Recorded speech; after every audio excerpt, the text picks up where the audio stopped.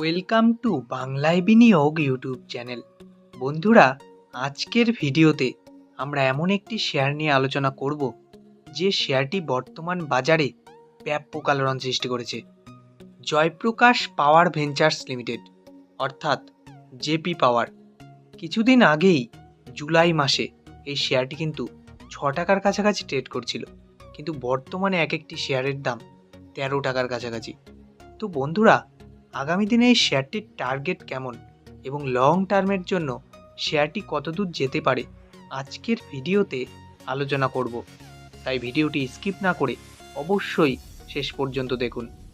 ভিডিওটি শুরু করার আগে ছোট্ট একটি রিকোয়েস্ট, আমাদের চ্যানেল থেকে শেয়ার বাজারের নিয়মিত আপডেট খবর পেতে এবং শেয়ার বাজার সম্পর্কে নতুন নতুন তথ্য জানতে ও শেয়ার বাজার শিখতে অবশ্যই আমাদের চ্যানেলটিকে সাবস্ক্রাইব করুন এবং ভিডিওটি ভালো লাগলে লাইক এবং শেয়ার করুন। তো চলুন বন্ধুরা, শুরু করা যাক ভিডিওটি। যে কোনো শেয়ার কেনার আগে অবশ্যই কিন্তু আমাদের সেই শেয়ারটির টেকনিক্যাল চার্ট এবং কোম্পানিটির ফান্ডামেন্টাল দিক খুব ভালোভাবে দেখে নেওয়া উচিত, যাতে আমাদের লসের সম্ভাবনাটা কম থাকে। যদি আমরা শেয়ারটির অ্যাডভান্স চার্ট দেখি, 12 টাকা 65 পয়সার কাছাকাছি শেয়ারটির কিন্তু দারুণ একটি সাপোর্টিং লাইন রয়েছে। এখান থেকে শেয়ারটি বাউন্স ব্যাক দিলে খুব কম টাইমের মধ্যেই 14 টাকা 75 পয়সার কাছাকাছি পৌঁছে যেতে পারে এবং এই রেজিস্ট্যান্সটি ভাঙলে শেয়ারটি কিন্তু আবার লম্বা র্যালি দেখাতে পারে। কোম্পানিটি 1994 সালে প্রতিষ্ঠিত হয়। Jaiprakash power ventures limited operates in coal mining, sand mining, cement grinding and production of thermal and hydroelectric electricity. তো কোম্পানিটির কিন্তু ব্যবসা অনেক দিকেই ছড়িয়ে রয়েছে। কোম্পানিটি যেমন কোল মাইনিং করে, স্যান্ড মাইনিং করে এবং পাশাপাশি কিন্তু সিমেন্ট গ্রাইন্ডিংও করে। সাম্প্রতিক একটি খবর এসছে যে কোম্পানিটির সঙ্গে আদানি গ্রুপের সিমেন্ট উৎপাদনকে কেন্দ্র করে একটি ডিল হয়েছে। তো যদি সত্যিই সেটা হয়, তাহলে কিন্তু এই কোম্পানিটির ভবিষ্যতে আরও বহু দূর যেতে পারে এবং পাশাপাশি এই কোম্পানিটি হাইড্রো ইলেকট্রিক এবং থার্মাল ইলেকট্রিকের সঙ্গে উৎপাদনের সঙ্গে যুক্ত রয়েছে।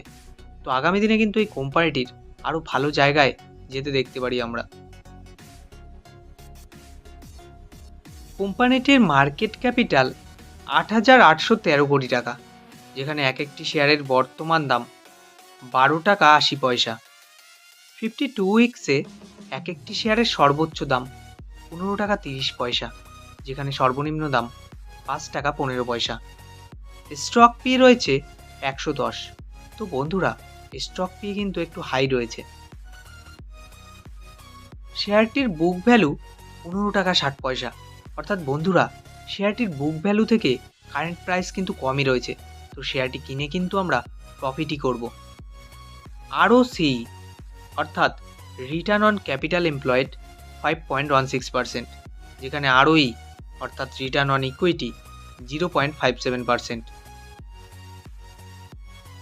শেয়ারটির ফেস ভ্যালু 10 টাকা, অর্থাৎ বন্ধুরা, এই শেয়ারটি কিন্তু স্প্লিট হয়ে ভবিষ্যতে 10টি ভাগে ভাগ হতে পারে। ধরুন আপনার কাছে বর্তমানে 1000টি শেয়ার রয়েছে, যদি এটি স্প্লিট হয় এবং ফেস ভ্যালু 1 হয়, তখন কিন্তু আপনার ওই 1000টি শেয়ার হয়ে যাবে 10,000 পিস। জুন 2021 অনুযায়ী কোম্পানির সেলস 915 কোটি টাকা, যেখানে সেপ্টেম্বর 2021 অনুযায়ী 902 কোটি টাকা এবং মার্চ 2022 অনুযায়ী 1406 কোটি টাকা, যেখানে সেপ্টেম্বর 2022 অনুযায়ী 1385 কোটি টাকা এবং মার্চ 2023 অনুযায়ী 1380 কোটি টাকা, যেখানে জুন 2023 অনুযায়ী 1708 কোটি টাকা এবং সেপ্টেম্বর 2023 অনুযায়ী 1350 কোটি টাকা। তো বন্ধুরা, লক্ষ্য করে দেখুন, প্রতি কোয়ার্টারে কোম্পানির সেলস কিন্তু বেড়েই চলেছে। কোনো কোম্পানির যখন সেলস বাড়ে, তখন কিন্তু প্রফিটও বাড়ে, আর প্রফিট বাড়লে আপনার শেয়ারের দাম কিন্তু বাড়বেই বাড়বে। পাশাপাশি যদি আমরা অপারেটিং প্রফিট দেখি, জুন 2021 ছিল 256 কোটি টাকা, যেখানে মার্চ 2022 275 কোটি টাকা এবং সেপ্টেম্বর 2022 256 কোটি টাকা, যেখানে মার্চ 2023 227 কোটি টাকা এবং জুন 2023 521 কোটি টাকা, যেখানে সেপ্টেম্বর 2023-এ 411 কোটি টাকা। তো বন্ধুরা লক্ষ্য করে দেখুন, দিনের পর দিন অপারেটিং প্রফিট কিন্তু ব্যাপকভাবে বাড়ছে। এটি কিন্তু কোম্পানিটির জন্য পজিটিভ সাইন।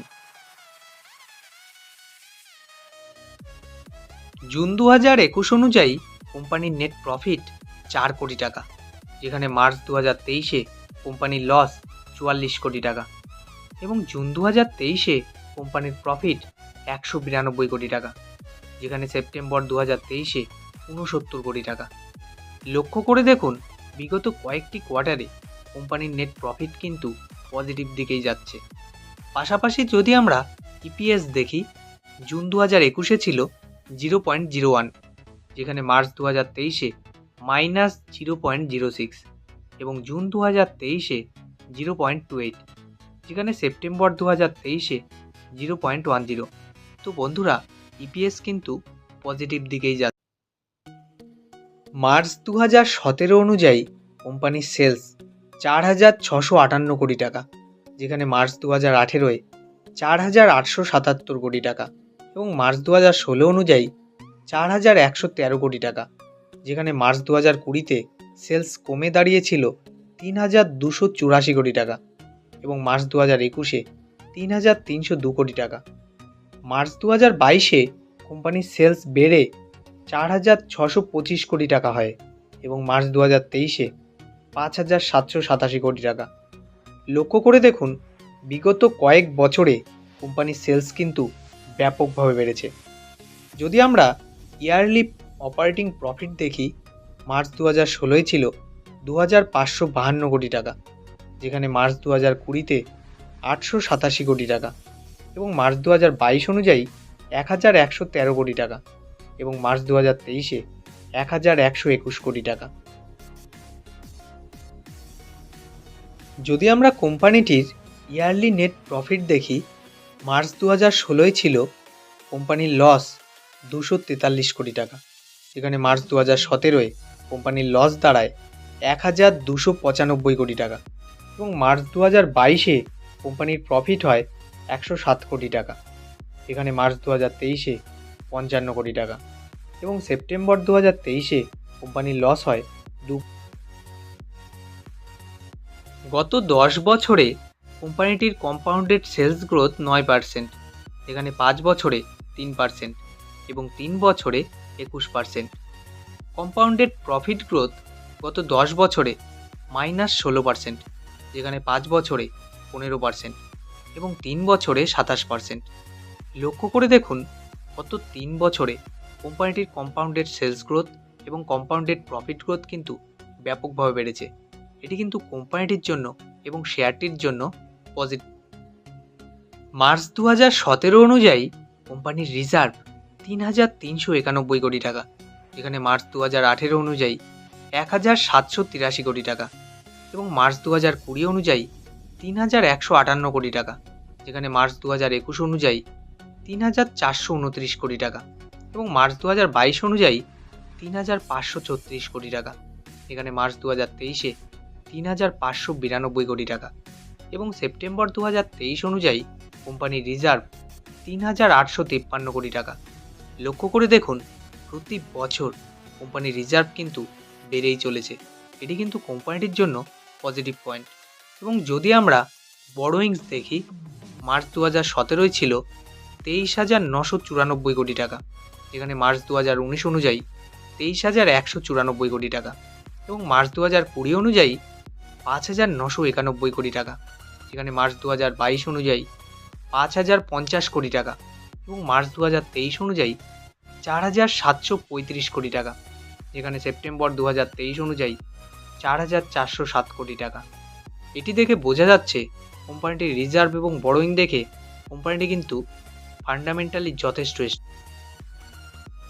চলুন দেখা যাক কোম্পানিটির শেয়ার হোল্ডিং প্যাটার্ন। কোম্পানিটির শেয়ার প্রোমোটারের কাছে আছে 24%, যেখানে এফআই এর কাছে 4.65% এবং ডিআই এর কাছে 21.62%। পাবলিকের কাছে কিন্তু এই শেয়ারটি আছে 49.74%। যদি আমরা এফআই এর স্টেক লক্ষ্য করি, তাহলে কিন্তু দেখব প্রত্যেক বছর বেড়েই চলেছে, যেখানে মার্চ 2022-এ এফআইআর স্টেক ছিল 1.20%, সেখানে সেপ্টেম্বর 2022-এ 3.38% এবং মার্চ 2023-এ 4.97%, সেপ্টেম্বর 2023 অনুযায়ী 4.65%। তো বন্ধুরা, কোনো কোম্পানিতে যখন এফআইআর স্টেক বাড়ে তখন কিন্তু বুঝতে হবে শেয়ারটির দামও বাড়বে। তাছাড়া বন্ধুরা, ওভারঅল যদি আমরা দেখি কোম্পানিটি কিন্তু দারুণ। তাই আমি বলবো শেয়ার বাজার ঝুঁকিপূর্ণ, কিন্তু আপনার পোর্টফোলিওতে যদি এই শেয়ারটি 12 থেকে 15,000 টাকাও বিনিয়োগ করে রাখেন তাহলে কিন্তু আগামী কয়েক বছরে আপনি হয়ে যেতে পারেন মাল্টিব্যাগার। ভিডিওটি ভালো লাগলে অবশ্যই লাইক এবং শেয়ার করুন এবং আমাদের চ্যানেলের সঙ্গে জুড়ে থাকতে, শেয়ার বাজার নিয়ে নিয়মিত আপডেট খবর পেতে এবং শেয়ার বাজার সম্পর্কে নতুন তথ্য জানতে অবশ্যই আমাদের চ্যানেলটিকে সাবস্ক্রাইব করুন। সুস্থ থাকুন, ভালো থাকুন। দেখা হচ্ছে পরবর্তী ভিডিওতে।